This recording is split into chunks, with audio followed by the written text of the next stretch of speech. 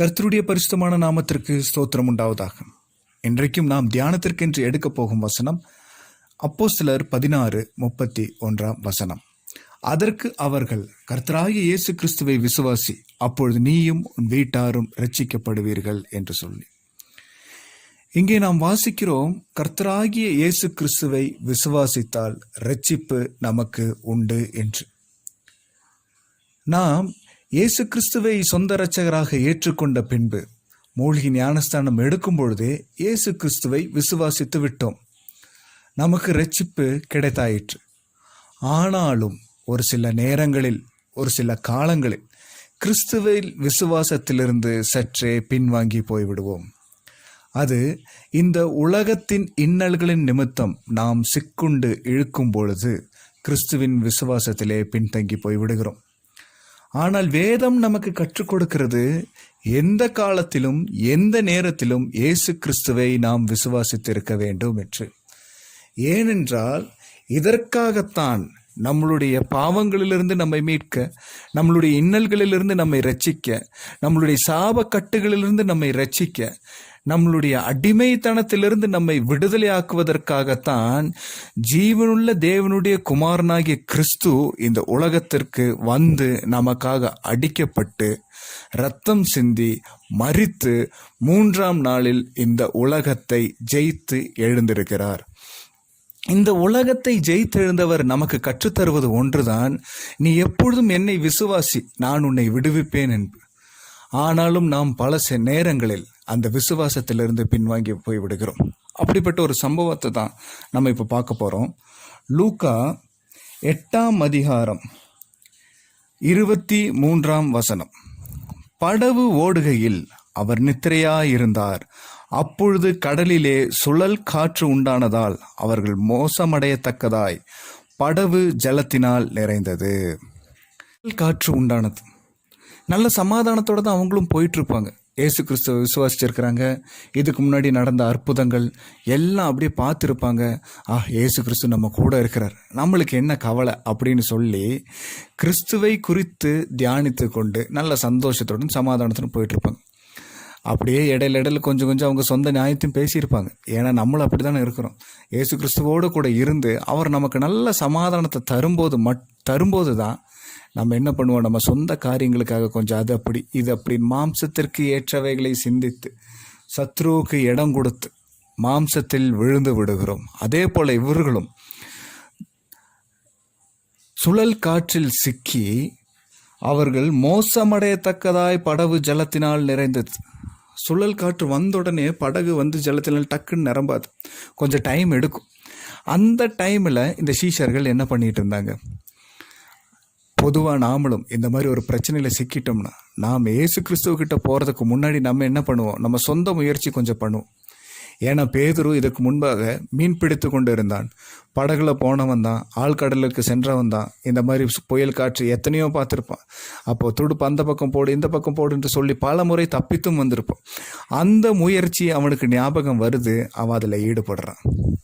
ஒருவேளை இன்றைக்கு நாமும் இதே போல் ஏற்கனவே நான் இதை செஞ்சுருக்கிறேன், இந்த சூழ்நிலையிலிருந்து நம்ம தப்பித்தரலாம் அப்படின்னு எல்லாம் சொல்லி நம்ம இறங்கி செஞ்சுட்டு இருந்தோம்னா தவறு. நம்மளுடைய வாழ்க்கையில் அது தேவன் அனுமதிப்பதில்லை.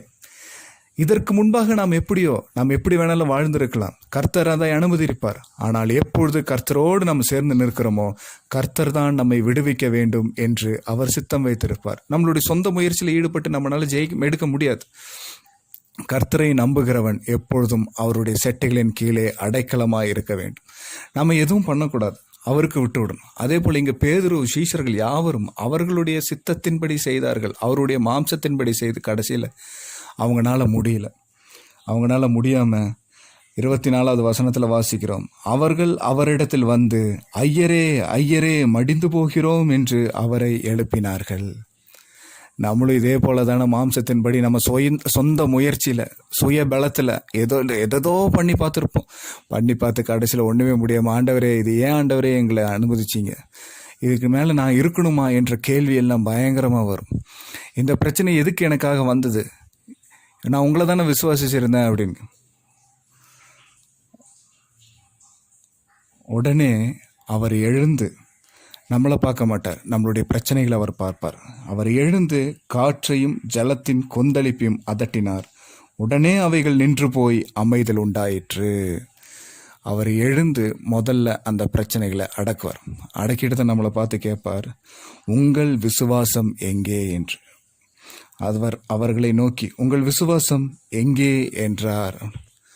ஒருவேளை நமக்கு அவர் மீது விசுவாசம் இருந்தா, இயேசு கிறிஸ்துவின் மேல விசுவாசம் இருந்தா, பிரச்சனை வந்த உடனே அவர்கிட்ட நம்ம ஓடி போய் நின்றுப்போமே, ஆண்டவரே எங்களை இந்த பிரச்சனையிலேருந்து விடுவீங்கன்ட்டு. இல்லை, விசுவாசத்தில் குறைந்து போகிறோம். ஏன் விசுவாசத்தில் குறைந்து போகிறோம்? அவரை விசுவாசித்த நமக்கு ஏற்கனவே ஆசீர்வாதங்களை தந்திருப்பார். இஸ்ரவேலை ஆசீர்வதிப்பதே கர்த்தருக்கு பிரியம். ஆசீர்வாதங்களை அவர் நமக்கு தந்திருப்பார். ஆனால் நம்ம அந்த ஆசீர்வாதங்களை கர்த்தர் தந்தார் என்று எண்ணாமல், அவருக்கு நன்றி செலுத்தாமல், அவருக்கு முன்பாக நாம் தாழ்மைப்படாமல், நாம் சொந்த முயற்சியில் நமக்கு இஷ்டமானது ஒரு சிலது செய்வோம். அப்போ அவர் எவ்வளோ வேதனைப்படுவார். ஏன் என்கிட்ட வர வேண்டியதானே அப்படின்ட்டு. அந்த மாதிரி சூழ்நிலையில் தவறான எந்த பிரச்சனையிலும் நாம் போய் சிக்கிக்கொள்ளாதபடி எப்பொழுதும் இயேசு கிறிஸ்துவுடைய பாதத்திலே நாம் அமர்ந்திருப்போம் என்றால் அவர் நமக்கு பரலோகத்துக்கு போவதற்குண்டான பாதையை காண்பார். ஏனென்றால் முதற் பேரானவர் அவர்தான்.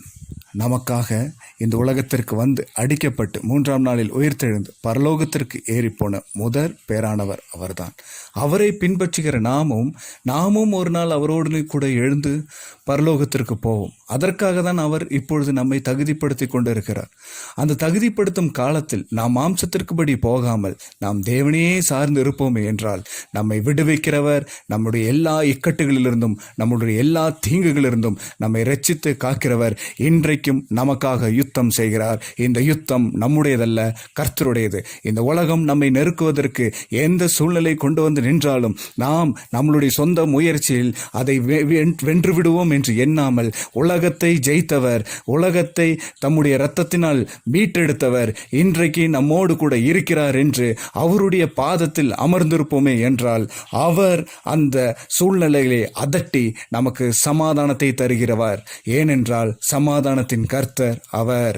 நான் போகிறேன், உங்களுக்கு சமாதானத்தை வைத்து விட்டு போகிறேன், இந்த உலகம் தரும் சமாதானம் அல்ல என்று சொன்னவர் நமக்கு நீடிய சமாதானத்துடன் சந்தோஷத்துடன் நம்மளுடைய உள்ளங்களையும் இல்லங்களையும் அவர் நிறைக்க வல்லவராயிருக்கிறார். ஆகவே எந்த பிரச்சனை வந்தாலும் நாம் நம்மளுடைய சொந்த பலத்தில் சாராமல் தேவனையே சார்ந்திருக்கும் கிருபையும் ஞானத்தையும் கர்த்தர் நமக்கு தரும்படி ஆவியானவருடைய பலத்தால் நாம் எப்பொழுதும் நிறைந்திருப்போம். அதற்காக தான் இந்த வசனம் வாசிக்கிறோம். கர்த்தராகிய இயேசு கிறிஸ்துவை விசுவாசி, அப்பொழுது நீயும் உன் வீட்டாரும் இரட்சிக்கப்படுவீர்கள். நாம் இரட்சிக்கப்பட வேண்டும் என்றால் எப்பொழுதும் இயேசு கிறிஸ்துவின் விசுவாசத்தில் நிலைத்து நிற்போம். கர்த்தர் நமக்கு ஜெயம் தருவார். ஆகவே பரலோக ராஜ்யத்துக்கு ஆயத்தப்படுவோம். பரலோக ராஜ்யம் சமீபமாயிருக்கிறது. கர்த்தர் தாமே இந்த வசனங்களை ஆசீர்வதிப்பாராக. ஆமென்.